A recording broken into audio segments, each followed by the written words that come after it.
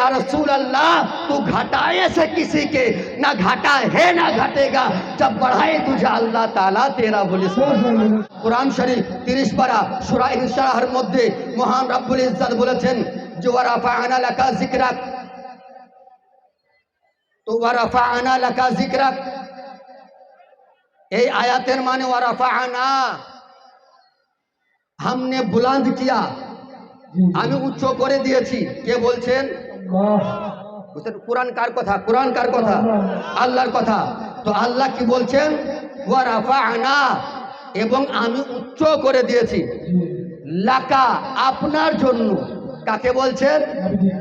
আমাদের দয়ার মায়ার নবীকে বলছেন। কে বলছেন? আল্লাহ। ওয়া রাফা'না লাকা, আপনার প্রশংসাকে আপনার জন্য, जिक्राक हमें ऊंचो करे दिए थी, तो रफ़ाना हमने बुलंद कर दिया, ऊंचा कर दिया, लका आपके लिए, जिक्राक आपके जिक्र को हमें আপনার প্রশংসাকে আপনার জন্য উচ্চ করে দিয়েছি।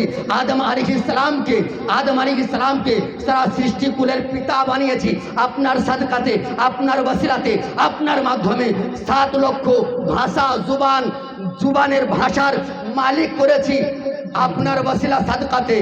এ নবী, আপনার সাদকা ওয়াসিলাতে আদম আলাইহিস সালামকে পুরো জমিনের মালিক বানিয়েছি। যে নবী, আপনার ওয়াসিলাতে নূহ আলাইহিস সালামকে আমি কাশতি দান করেছি, নৌকা দান করেছি, নবুয়ত ও মুজিজাত দান করেছি। এ নবী, আপনার সাদকা ও ওয়াসিলাতে সুলাইমান আলাইহিস সালামকে সারা দুনিয়ার বাদশাহী দান করেছি, ও নবুয়ত দান করেছি। এ নবী, আপনার সাদকা ও ওয়াসিলাতে দাউদ আলাইহিস সালামকে নবুয়ত দান করেছি, মুজিজাত দান করেছি, কামালত দান করেছি, ওনার আওয়াজে মধু ঢেলে দিয়েছি। আপনার সাদকা ও ওয়াসিলাতে হযরতে ইব্রাহিম আলাইহিস সালামকে নমরুদের আগুনের খন্দক থেকে বের করে নিয়েছে, সেটাকে ফুলের বাগান বানিয়েছি আপনার সাদকা ও ওয়াসিলাতে। ইসমাঈল যাবিহুল্লাহ আলাইহিস সালামের কুরবানিকে আমি কবুল করেছি আপনার সাদকা ও ওয়াসিলাতে। হযরতে ইদ্রিস আলাইহিস সালামকে আমি আসমানে তুলে জান্নাতে রেখে দিয়েছি আপনার সাদকা ও ওয়াসিলাতে। আমি মুসা কালিমুল্লাহকে তুর পাহাড়ে এসে আমার সিফাতি দিদার করার তৌফিক দান করেছি আপনার সাদকা ও ওয়াসিলাতে। আদম আলাইহিস সালামের তওবাকে কবুল করেছি আপনার সাদকা ও ওয়াসিলা ও মাধ্যমে। আমি ঈসা আলাইহিস সালামকে মুজিজাত ও কামালাত ও নবুওয়াত ও রিসালাত দান করেছি, মুর্দাকে জিন্দা করার তৌফিক দিয়েছি। কিন্তু যে হাবিব, আপনাকে আমি এত সম্মানী করেছি, আপনার সম্মানকে এত উঁচু করেছি, আপনার সম্মানকে বাড়ানোর জন্য, আপনাকে নবুওয়াত ও রিসালাত ও কামালাত ও মুজিজাত দেওয়ার জন্য আমি কারোর ওয়াসিলাতে নয়, আপনার জন্যই, আপনার খাতিরে আপনার সম্মানকে বাড়িয়ে দিয়েছি। বলে সুবহানাল্লাহ, সুবহানাল্লাহ। আলা হযরত বলেন कि तू घटाए से किसी के ना घटा है ना घटेगा।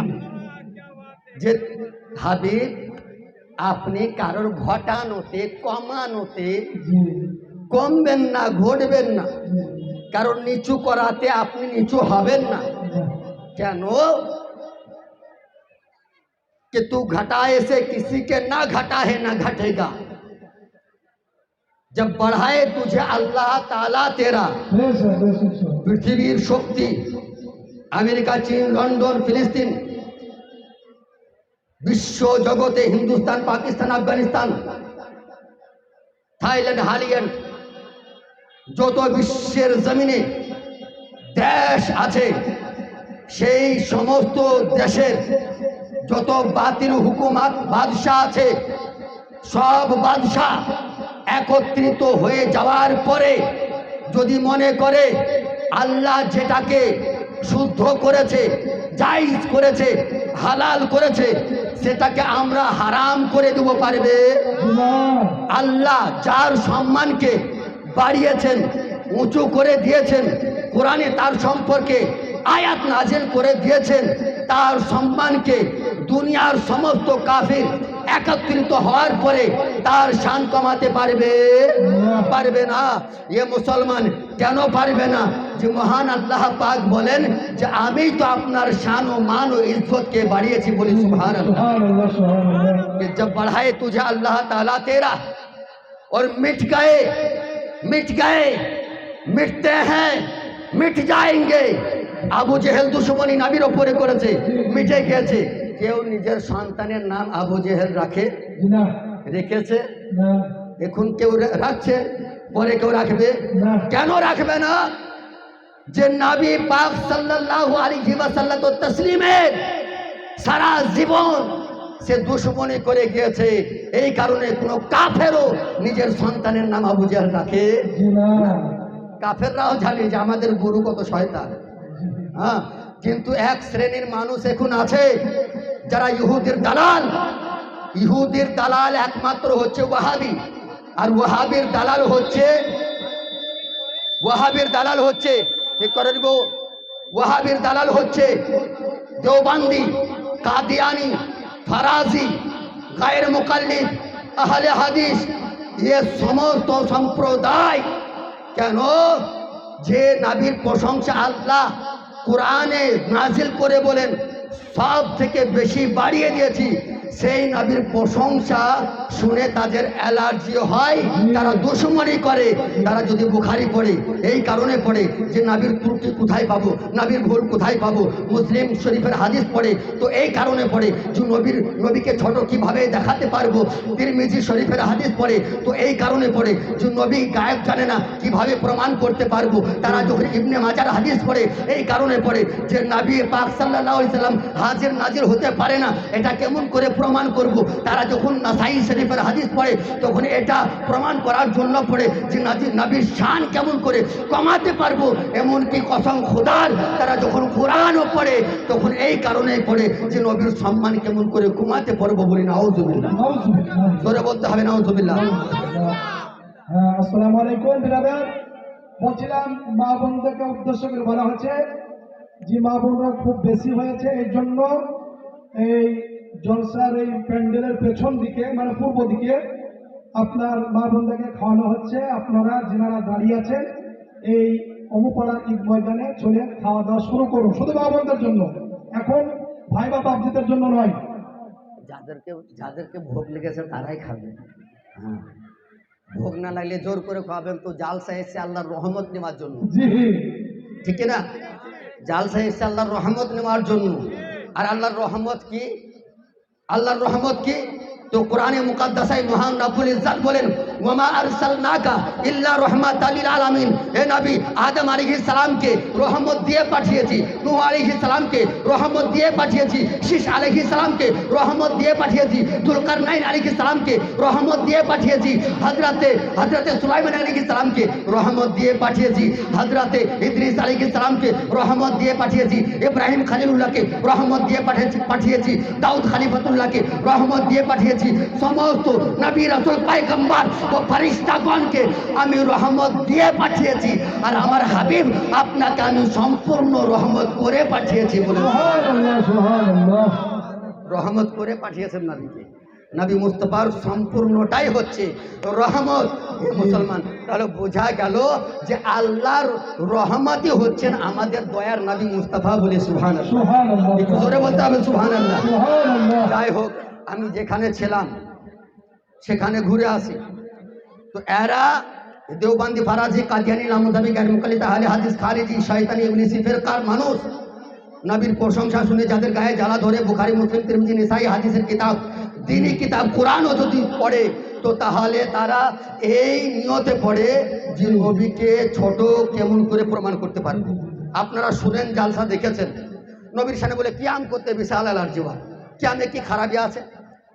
কি খারাপি আছে? আজকে দলিলও দেবো ইনশাল্লাহ।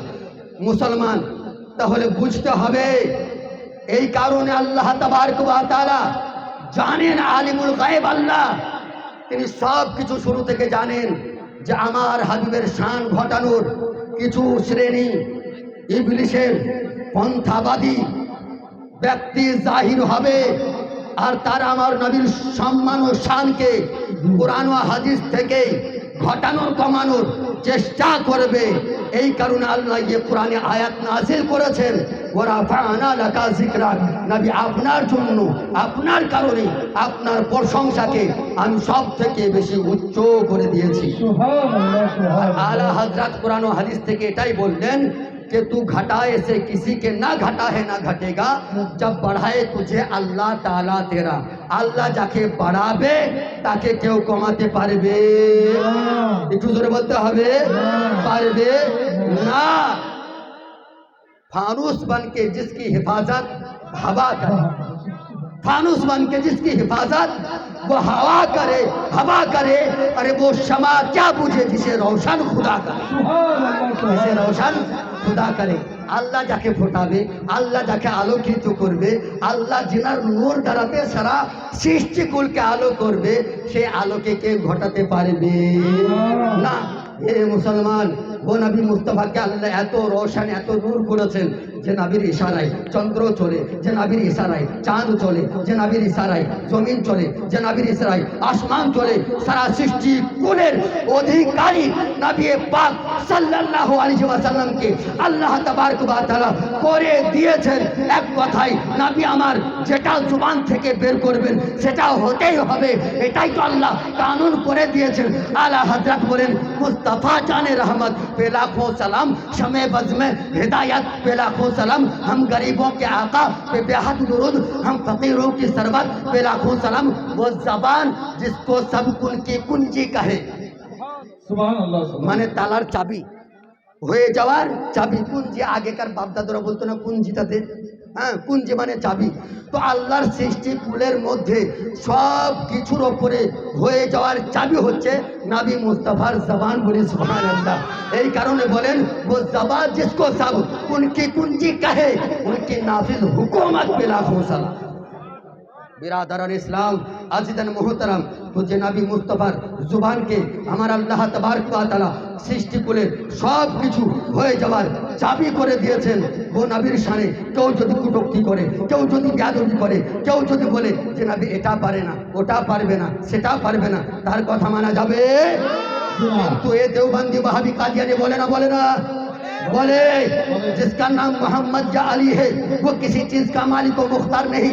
যার নাম মোহাম্মদ এবং আলী সে কোনো জিনিসের উপরে অধিকার রাখে না, কিন্তু আমার আল্লাহ তাবারক ওয়া তাআলা আহকামুল হাকিমিন রব্বুল আলামিন মহান আল্লাহ তাবারক ওয়া তাআলা ইরশাদ করে দিয়েছেন যে আমি আমার নবী পাক সাল্লাল্লাহু তাআলা আলাইহি সালাতু তাসলিমকে আমি রব্বুল আলামিন সমস্ত কিছুর প্রতিপালক সৃষ্টিকর্তা হওয়ার পরে আমার নবীকে রহমাতাল লিল আলামিন করে সারা জাহান ও জগতের মালিক ও বাদশাহ করে দিয়েছে। বলে